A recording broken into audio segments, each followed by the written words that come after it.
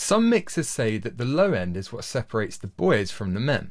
Now, I'm not sure I completely agree with that, but the low end is definitely important. And if you get it wrong in the mix, it's going to cause you lots of issues. A lot of the time when I hear people having problems with translation, their mixes sound good in their room, but then they take them elsewhere and it falls apart. It's often to do with the low end. Now, people then, when they have that problem, they look to EQ and compression and multiband compression even to try and fix that problem. But there's two very, very important steps that come before that a lot of people overlook, a lot of people miss. And by simply addressing these two things, you could fix the low end and improve the low end in your mix by spending more time in these areas. And in this video, I'm going to reveal what those two crucial steps are. So when you get the low end right, the benefits are endless. Your mix will translate better across various systems. It will sound more powerful. You won't have a thin mix if the low end's right. It can really enhance the impact of the music as well. If you're working with dance music and electronic styles, then the low end is vital because it's going to be played hopefully on big sound systems in clubs and places like that, bars maybe. So it's even more important. Mostly it's to do with translation and making sure that your mixes sound good on big speakers as well as small speakers. So those two steps, which are going to seem simple at first, but let me explain, they're vital to a good low-end mix. And step one is check your arrangement. Step two is check your levels. So let's look at each of those in a bit more detail. Check your arrangement. The low end, a lot of it is down to how you compose the piece and how the piece is arranged. And by arrangement, I mean which instruments are occupying the low end at what time. Is there enough going on down there? Is there something providing the low end? Or maybe the opposite problem, is there too much? Is the low end cluttered? Do you have too many sub bass parts as well as bass parts, a kick drum, kick samples, and then a low rhythm guitar as well? It can quickly get cluttered. So step one is to check your arrangement. Ideally, you want something in the sub range, you want something in the bass range. If you're working with rock music, jazz music, you probably don't want sub, but you always want something in the low end. And that depends on the genre, which I'm going to talk more about in a second. But so you want to have something in the sub, something in the bass, and then you can have multiple things going on. You might have a sub kick sample, and you might also have maybe at one point like a constant sine wave that's providing like a sub synth part. But don't go too far with it. Make sure there is room for each of those parts in the low end so it doesn't get cluttered. And on the other end of the scale, if you haven't got anything down there, then you need to add a part in, really. You can't just boost a low end on something else to give your mix some low end. You need to have it there. So if you have a older rock track, then probably a bass guitar on its own is fine. If it's a more modern rock track, then you might want to think about adding in sub kicks as samples to go with the kick drum, or maybe focusing on using R bass or a plugin like that to introduce sub bass frequencies onto the bass guitar. If you're working with dance music, then you want to have something in that sub area between 30 and 100 hertz, just providing that low end.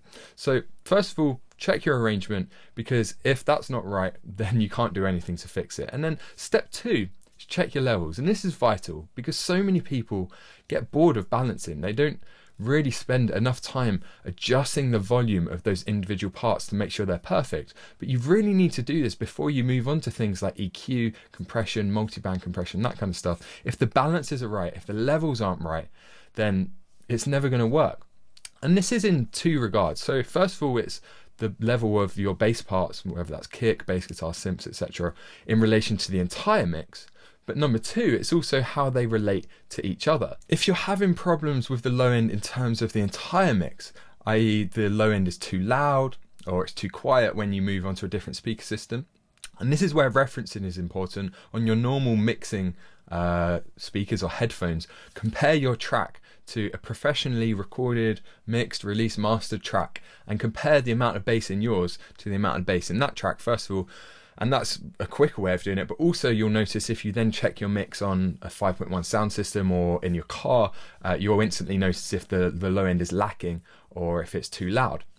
But simply by adjusting the volume of the bass parts, all of them really, the kick, the bass guitar, sub, synth, samples, everything, by simply lowering or increasing the volume of those things, it's going to have a significant impact on the low end of your mix. If it's sounding too bassy, don't reach for a multiband compressor first of all. Don't reach for an EQ on the master bus. Instead, just lower the volume of those bass parts. If they get lost in the mix, so if it's a bass guitar, for example, that plays quite an important harmonic role or even melodic role, and by reducing it to get rid of the low end or reduce the low end of the mix a bit, you then lose the bass. You can increase the mids so that the bass has more presence in the mid-range so that you can hear what it's playing, but then the low end of the bass isn't cloudying up the mix, isn't making the mix too bassy. So first of all, check those levels in accordance to the entire mix, but then you need to make sure they've got good levels with each other. And this is where delegation comes into it. Sometimes you might have one part that occupies the sub bass between 30 and 100 hertz, for example, and another part that occupies more the kind of bass range between 80 and 200 hertz. Make sure there's only one part doing each. If there's two parts trying to do sub and two parts trying to do bass, it's not going to work. Equally, sometimes you might only have one part that's providing the entire low end. For example, a bass guitar in a rock band setup. Now, of course, you have the kick there as well, but you need to choose which one's going to have the focus. And by that, you delegate the low end to one part, and that has priority. So you can think about this in EQ, and when you're using your EQ, maybe you want to enhance the sub range of the bass guitar and give that more presence around 60 to 100 hertz, and then you want to make the kick a bit more clicky so it's got more presence in the upper range and you can hear more beta. And you can do that, of course, with EQ, which we're going to cover in a later video, but you can also do that with balancing. Whichever part has priority, whichever part has been delegated to the low end, make that one slightly louder. You still want them to have a very similar level to provide a solid, coherent low end, but you can make one part slightly louder. For example, the bass guitar in a rock mix might be slightly louder than the kick. In a dancey electronic track, the kick will probably be louder than the bass part because you want it to have that rhythm and get people dancing. If it's a more chilled out electronic part where it's got like a constant low end synth, then that's going to have priority. If it's jazz, then the double bass, of course, is going to have priority.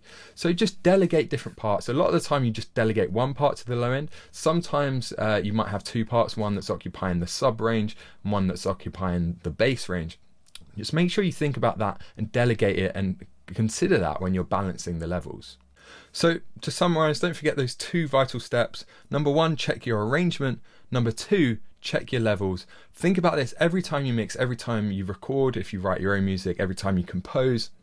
If someone sends you a mix and you're doing a mix for them, then address these things first, and you might have to mute certain parts or introduce new parts to fix the arrangement, or you might just have to think about how you balance the levels. In the next part of this series on low end, I'm going to show you a really great trick for checking the levels of your low end. So how you can compare that to a professional track, and then a specific trick using a low pass filter and a VU meter or any other meter that tells you the level of something, how you can use those two tools to get it right every time. So that's coming very soon. If you want to get my low end cheat sheet, then you can subscribe on the link you see now in the video or in the link in the description. It's completely free, and that's all part of this series that I'm doing on low end. Thanks for watching. Hope you found that useful. Don't forget to subscribe here on YouTube. Leave a comment below if you have any questions or anything you want to say, and like this video if you found it helpful. And I'll see you very, very soon.